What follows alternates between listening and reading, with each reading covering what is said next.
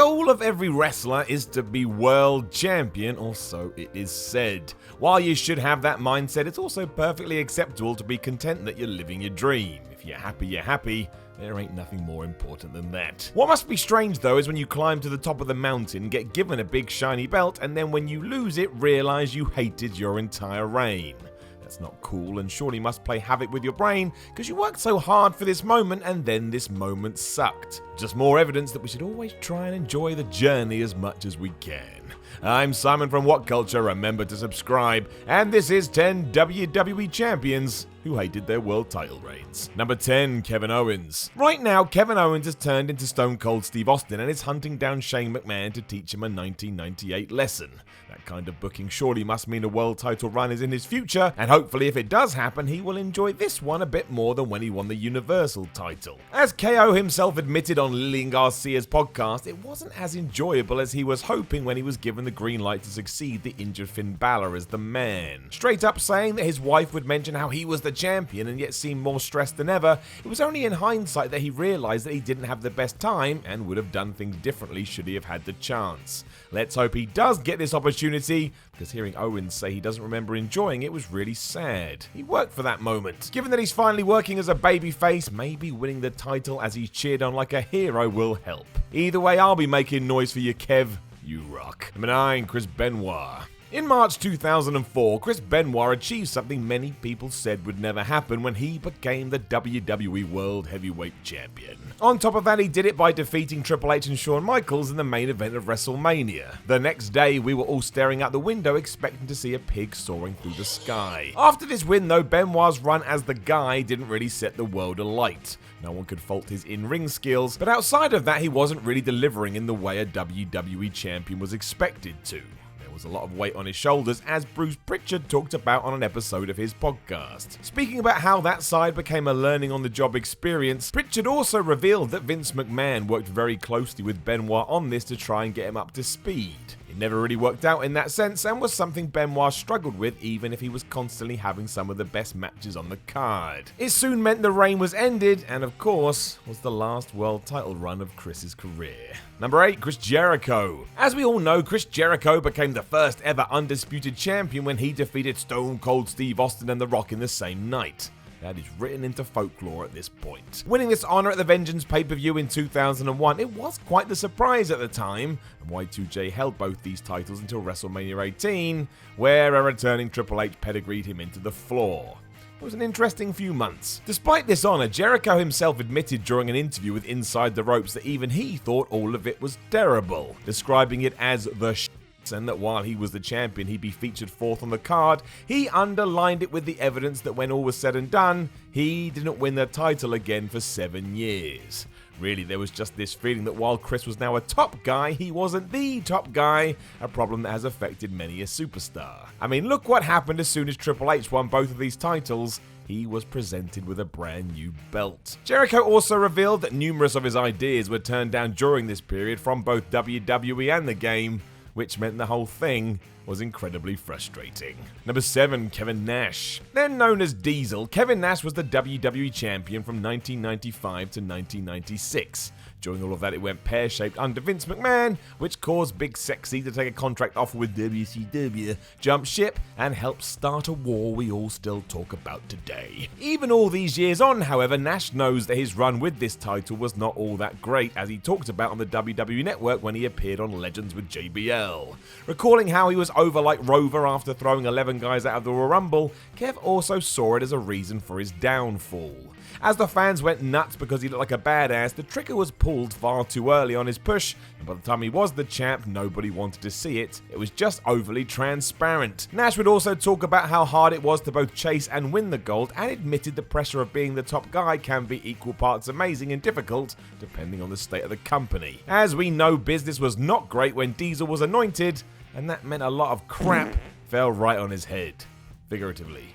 Number 6, Bret Hart. Without doubt one of the best in-ring performers ever, Bret Hart was the WWE champion until he left the company in the most controversial circumstances possible. You know what we're talking about, and really that overshone everything the Hitman had done, including being at the top of the card. A lot of this animosity though did stem from who the champion was and how they were being treated. A great amount of friction between Hart and longtime rival Shawn Michaels was that even though Bret held the title, HBK was always treated as the principal player and DX treated as the pinnacle group. That meant Bret was almost playing second fiddle along with the Hart Foundation, and it irked him simply because he felt the title shouldn't be seen as an afterthought. Him feuding with the Patriot didn't help matters, especially when Michaels was building to a program with the Undertaker. That ended after Del Wilkes, the man under the mask, had to step away through injuries, but it all came together to steal away any happiness that Bret had about holding the belt for a fifth time. Then the Montreal thing happened and forget about it. I think Hart would rather never think about this again. Number 5, Shawn Michaels. Speaking of the Heartbreak Kid, there were similar circumstances when he was WWE Champion from 1996 to 1998.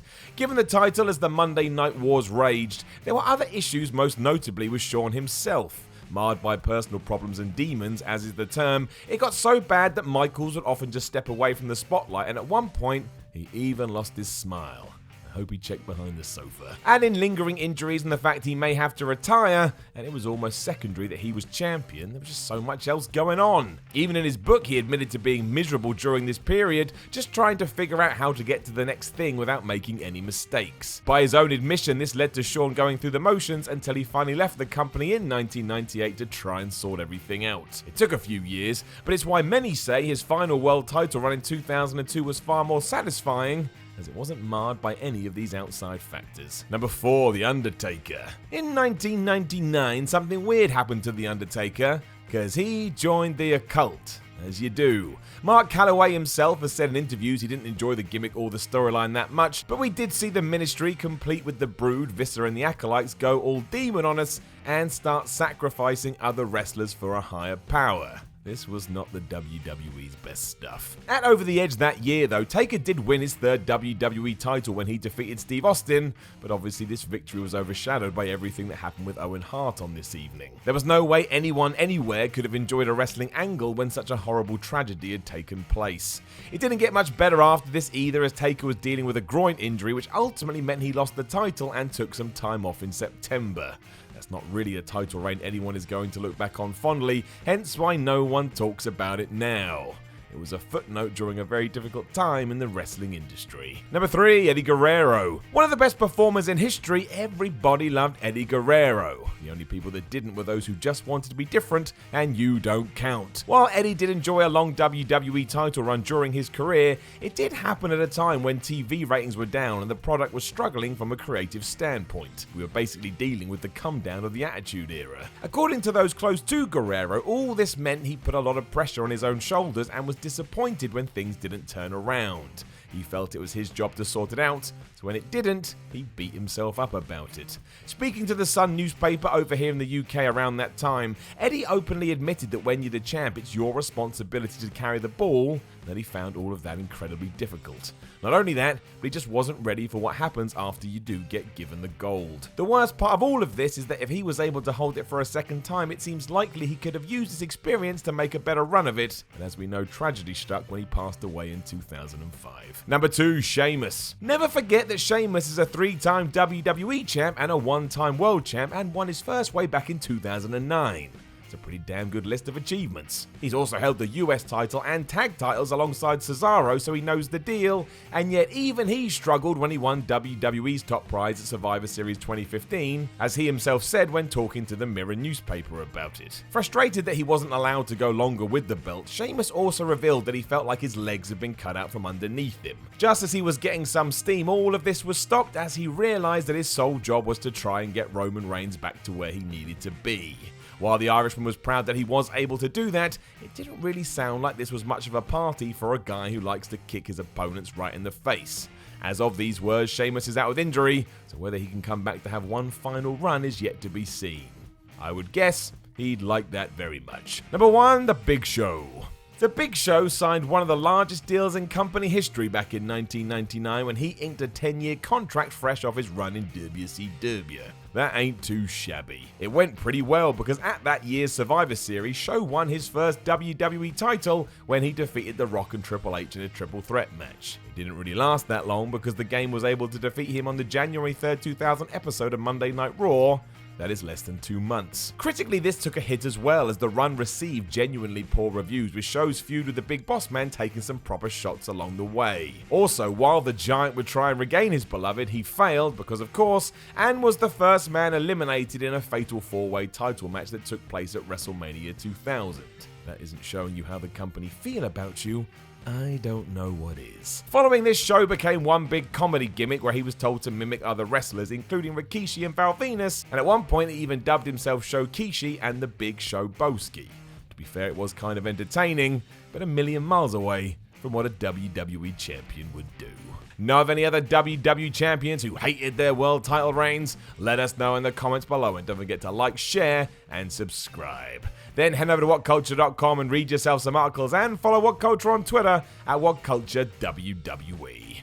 My name is Simon from What Culture, and I will talk to you again soon.